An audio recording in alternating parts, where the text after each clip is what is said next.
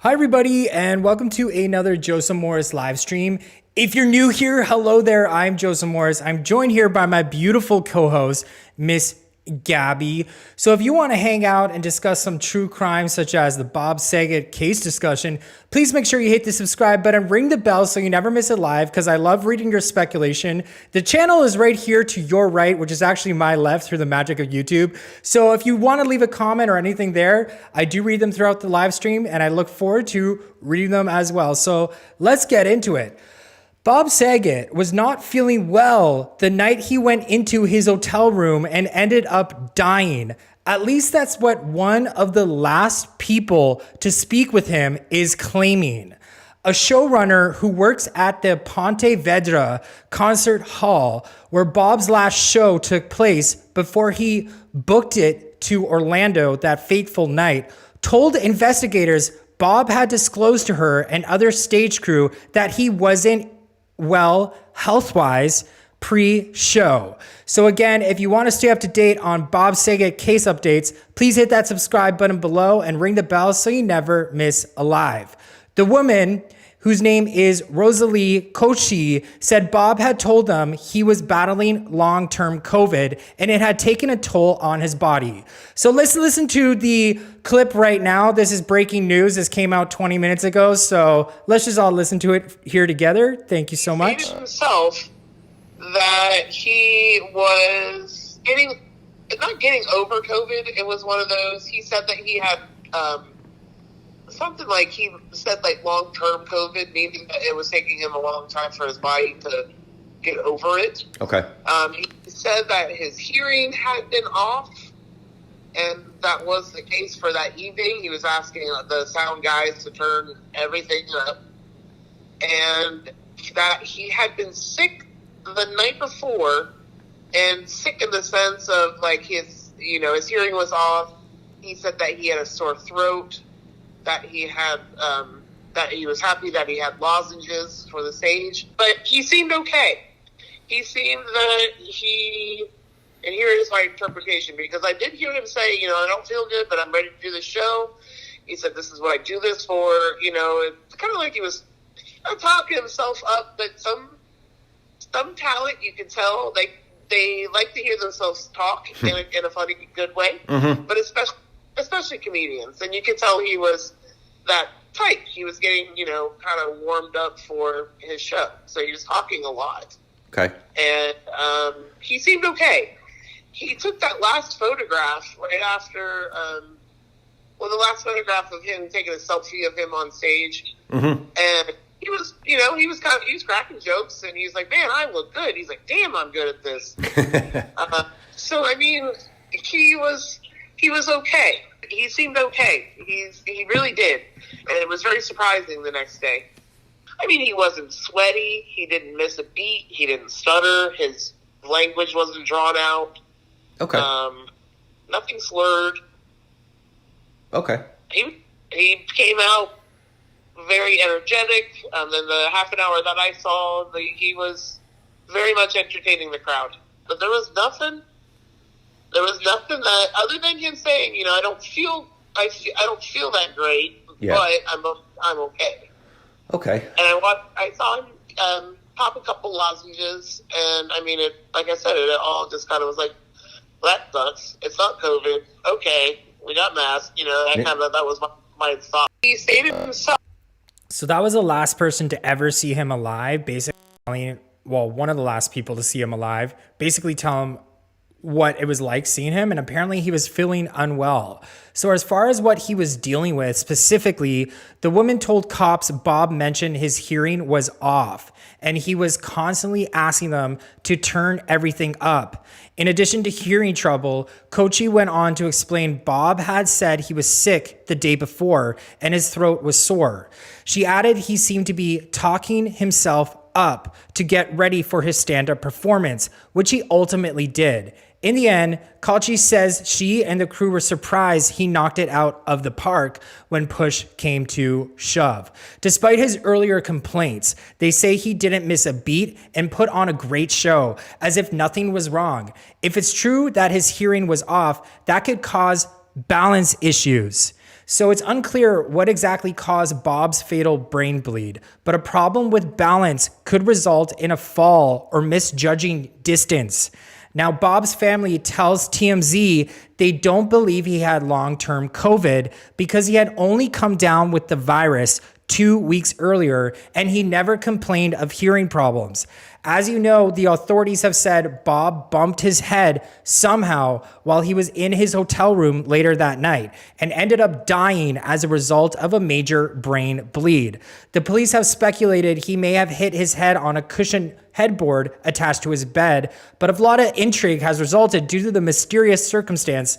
And now, in light of this latest revelation, we're sure only more theories will surface about what exactly happened to Bob Saget. Like, did he just, lost balance because of his hearing problems? So this is breaking news. I'm going to continue reading another article that just came out. Thank you so much for being here. I see there's 200 people here. Thank you so much. So this is the very last photograph ever taken of him. And someone in my last live stream said that there was baseball bats on his Instagram. I will need to dig a little deeper, but the very last photograph of him ever that he took himself was a selfie. And apparently this is actually the last photograph is with valet. So this is Bob Saget told crew backstage at the Ponte Vedra Concert Hall, Florida, that he was struggling to get over long COVID and didn't feel good shortly before taking the stage for what would be the last performance of his life. So if anybody has the footage of the last performance of his life, I would love to know what he was talking about, because we all know the last thing he ever appeared in was a music video where he was making cookies or cake or something weird like that. It was a rap song. Newly released audio of interviews conducted by Orange County Sheriff's Office in the days after the comedian's shocking death earlier this year and obtained by this media outsource, not sponsored, revealed for the first time the star's health worries on the eve of his death. Saget was found dead. So Cocci said he had long-term COVID and it was taking his body a long time to get over it. So I don't know. He said that his hearing had been off, and that was the case that night. He was asking the sound guys to turn everything up, and he said that he had been sick the night before. His hearing was off, and he had a sore throat. He was happy he had lozenges for the stage. End quote. Saget tested positive for COVID in his post-mortem, despite having reportedly recovered from the illness a few weeks before his death. According to Cocci, quote, I did hear him say, I don't feel good, but I'm ready to do the show. This is what I do this for. He seemed to be talking himself up. But she said by the time he took to the stage where he performed for 2 hours, he seemed okay. He was cracking jokes. He wasn't sweating. He didn't miss a beat, nothing slurred. He came out very energetic. Both Cocci and others who worked with Saget last night recalled how happy he appeared and how minimal the star's demands. Richard, 43, production coordinator for St. Augustine, Florida, recalled that the only items on Saget's rider were Diet Coke, regular Coke, and Diet Sugar-free Red Bull. Sandwiches, which had been on the list, were cut last minute. So that's interesting. Maybe he wasn't that hungry. Maybe he wasn't feeling well. Stanford recalled chatting with Saget for an hour or so after his show ended and told investigators that the star had shown him and a few others a sizzle reel for a show he was working on. He was excited, he said, at the prospect of a documentary he was working on and was due to film a Netflix comedy special. Stanford said the magic was there again. So this is the guy, Kevin Stone left, and he described him as high on life.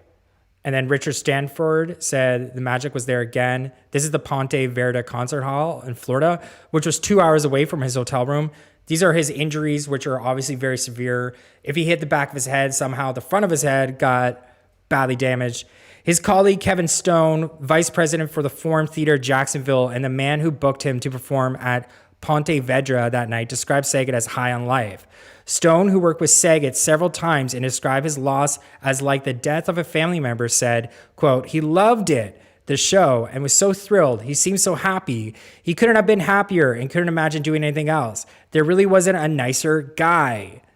End quote. Wishing him a good night in the parking lot close to midnight that night, Stone, who had booked Saget to perform in Jacksonville just 3 months earlier, said, he rolled down the window and said, thanks again, and we joked, see you in a couple months. Stone described Saget as on cloud nine. When he heard of his death the following day, Stone said, I thought it was a joke. In a poignant moment, he told the investigators that Saget had become emotional on stage when he saw a father with 3 daughters among the audience members. Stone said he kind of teared up. He reminded Bob of him and his 3 daughters. So the audio is slowly trickling out. I only have one clip. We just listened to it. It's by Cocci, but there's apparently 2 other clips, and they're just everybody's saying the same thing. There is nothing wrong with Bob besides this one lady, Cocci, who said he had long-term COVID and he tested positive at the time of his death and he had hearing issues. So maybe we can speculate a bit that maybe he got unbalanced, fell over because of those hearing issues. And this is the picture of the bed with the headboard and, looking at how nice the bed is. There's no blood stains. Where do you even fracture your skull on that headboard? Seems so weird to me still, though. Again, this is inside his hotel room. I have it all on my blog. We watched the body cam footage of the cops getting the wrong door. They went to 961, which was actually the door that was ajar, unlocked in between his hotel room. So according to valet Orlando Nunez, who was one of the last people to see Saget alive, the comedian was eager to return to California to be reunited with his family. He said his family was sick, and the next morning he planned to fly home to see them. Interesting. So, yeah, that is the breaking news. It's coming out like slowly, and I knew the moment it happened, I needed to be on here immediately playing the audio clip for you guys. So let's listen to the audio clip again. I'm going to see if there's any more audio clips being released, but it looks like that's the only audio clip now. So I'm just going to play it again. I'm going to be reading your chats. Thank you. Why should we pick Bob Saget? Not that one. Not that one. He stated himself that he was not getting over COVID. It was one of those, he said that he had something like, he said like long-term COVID, meaning that it was taking him a long time for his body to get over it. Okay. He said that his hearing had been off, and that was the case for that evening. He was asking the sound guys to turn everything up, and that he had been sick the night before, and sick in the sense of like his hearing was off. He said that he had a sore throat, that he had that he was happy that he had lozenges for the stage, but he seemed okay. He seemed that and here is my interpretation, because I did hear him say, I don't feel good, but I'm ready to do the show. He said, this is what I do this for. It's kind of like he was talking himself up, but some talent, you can tell, they like to hear themselves talk in a funny, good way, but especially comedians. And you can tell he was that type. He was getting, kind of warmed up for his show. So he was talking a lot. Okay. And he seemed okay. He took that last photograph right after, the last photograph of him taking a selfie of him on stage. Mm-hmm. And he was, he was cracking jokes, and he's like, man, I look good. He's like, damn, I'm good at this. So, I mean, he was okay. He seemed okay. He really did. And it was very surprising the next day. I mean, he wasn't sweaty. He didn't miss a beat. He didn't stutter. His language wasn't drawn out. Okay. Nothing slurred. Okay. He came out very energetic. And then the half an hour that I saw, he was very much entertaining the crowd. But there was nothing that, other than him saying, I don't feel that great, but I'm okay. Okay. And I saw him pop a couple lozenges, and I mean, like I said, it all just kind of was like, well, that sucks. It's not COVID. Okay, we got masks. That was my thought. He stated himself. Okay, so that is the audio clip, the only audio clip being released right now. As you know, the judge had an injunction, stop the release of all of his, law enforcement, what they collected about the case to protect the pain and suffering of the family. It was granted, so we only get little clips of information to really solve the puzzle here. So I'm going to read the chats. Thank you so much for being here. I see there's 402 people here. If 402 people like my video right now, I'll be very happy.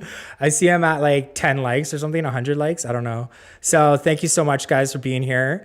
I'm going to be reading your chats. Hi, Joseph from Southern Oregon. Nola writes, hello, hello, hello. Hi, Mary Green, Ashley, Tori Korn, Joe Pan, Long Hauler, Melanie Boileau from Moncton, New Brunswick. Cool. I hope you're getting some nice weather up there. Bill, the private investigator. You've really done well with your channel, Joseph. It seems like you've gotten more confident. Your shows are great. Congratulations to you and best wishes. I really appreciate that. Thank you so much. The clue might lie with his last show. Did anybody listen to it? Zeba brings up a really good point, and I'm trying to find clips of his last show. So if you have them, I'll put my email in the chat. So Vicky Lou writes, he did have COVID. Yes, he did. Let me just read Taylor Grace. So heartbreaking, such a sad thing, and really was so unexpected. Really makes you think about how things can change in a matter of a minute. Rest in peace, Bob. We will miss you so much. Exactly. So if you guys hit your head, make sure you get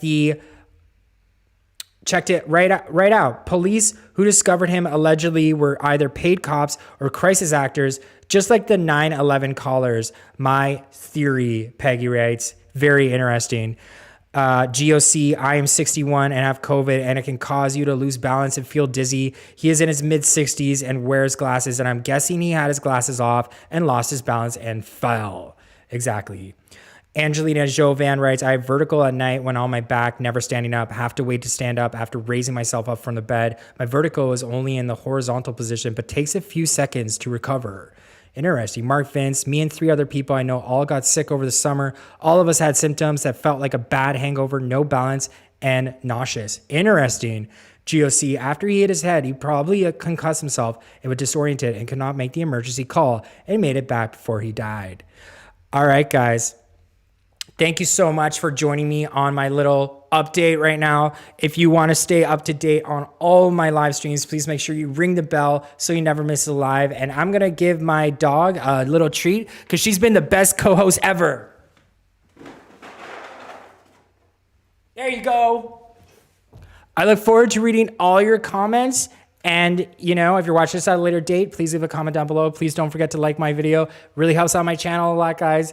Thank you so much. And yeah, stay safe, make good decisions, and I'll see you in the next video. Bye.